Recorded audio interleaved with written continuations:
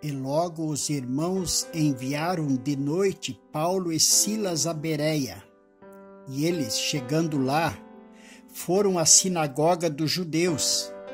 Ora, estes foram mais nobres dos que os que estavam em Tessalônica, porque de bom grado receberam a palavra, examinando cada dia nas Escrituras se estas coisas eram assim. De sorte que creram muitos deles, e também muitas mulheres gregas de classe nobre, e não poucos varões. Mas logo que os judeus de Tessalônica souberam que a palavra de Deus também era anunciada por Paulo em Bereia, foram lá e excitaram as multidões.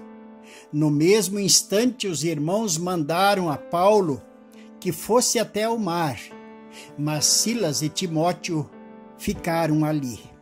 Esta palavra está escrito em Atos 17, do verso 10 ao verso 14. Ele não conhecia. É o texto da reflexão, é o título: Buscai no livro do Senhor e lede. Isaías 34:16. Examinais as Escrituras, porque julgais ter nelas a vida eterna, e são elas que dão testemunho de mim, disse Jesus. João 5:39. Quando a palavra de Deus começou a ser divulgada, o povo ficou ansioso por vê-la escrita, cada um na sua própria língua. Todavia, sempre existiram grupos, líderes, que combateram essa ideia. As autoridades da Igreja Oficial da Inglaterra, por exemplo, não quiseram que o seu povo possuísse a Bíblia, ao ser traduzida na língua inglesa. Decretaram leis nas quais se ordenava que fosse castigada qualquer pessoa que adquirisse uma cópia dela em inglês.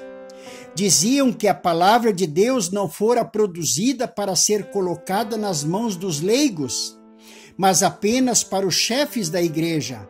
Entretanto, Deus encontra, de qualquer maneira, formas apropriadas para impedir determinados propósitos humanos. Mesmo os mais arrojados do ponto de vista do homem, desde que esse tenha como finalidade princípio evitar que todos cheguem ao conhecimento da verdade. Na realidade, há muitos que voluntariamente se recusam a ler a Bíblia. Alguns a possuem como um amuleto para dar sorte, segundo eles, mas nunca se empenharam no sentido de examiná-la, a fim de conhecer o plano de Deus para a remissão do pecado do homem decaído. Uma tarde, certa mãe muito atarefada, ao promover uma limpeza geral na casa, apelou para o filho de 12 anos, pedindo-lhe ajuda nessa atividade.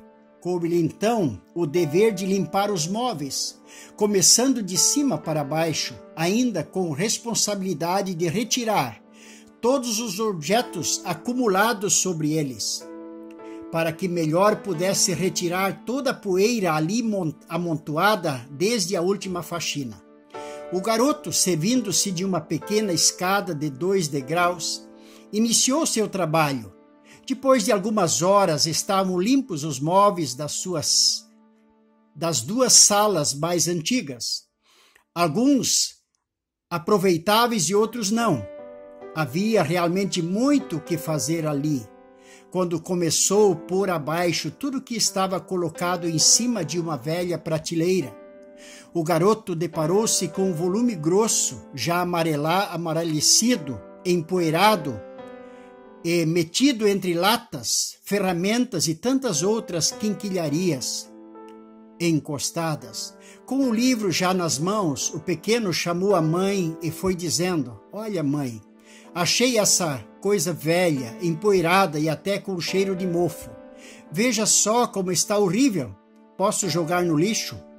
A mãe, que por um pouco havia deixado seus próprios afazeres a fim de atender o chamado do filho, Vendo que aquilo que o garoto chamava de coisa era a Bíblia da família, disse-lhe então contrito: meu filho, tome cuidado com este livro, porque ele é sagrado, é o livro de Deus. Imagine, atirar ao lixo este volume.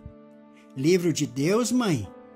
Então, antes que as traças o destruam, o melhor é devolver ao dono, pois aqui em casa nunca o usamos, e quem sabe Deus encontre alguém interessado.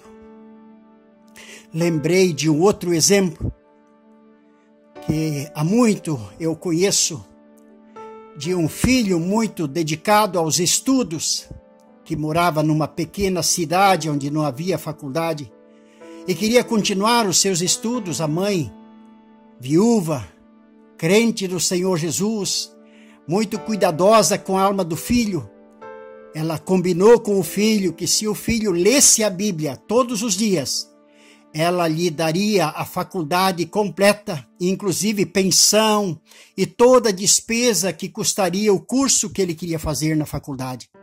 Ele foi com muita alegria e cada final de mês o filho enviava a conta de toda a despesa e a mãe pagava. E de repente a mãe não lhe mandou mais dinheiro. Passou um mês, passou 2 meses, quando estava no 3º mês o filho ficou muito nervoso e disse: mamãe, você combinou comigo. Você disse que iria mandar o dinheiro cada final de mês. A pessoa aqui que é a dona da pensão já me chamou a atenção, vai me mandar embora. A mulher que lava a minha roupa já vai parar de lavar a minha roupa. Como você faz isso comigo? A mãe dizia para ele: filho, leia na sua Bíblia. E o filho ficou muito nervoso e disse: mãe, o que tem a ver a leitura da Bíblia com isso que eu estou passando? O que você quer com isso, mãe? Eu leio na minha Bíblia, por que você está falando isso? É que a mãezinha havia colocado bastante dinheiro dentro da Bíblia. E caso ele estivesse lendo a Bíblia, ele não estaria pedindo nada para a mãe.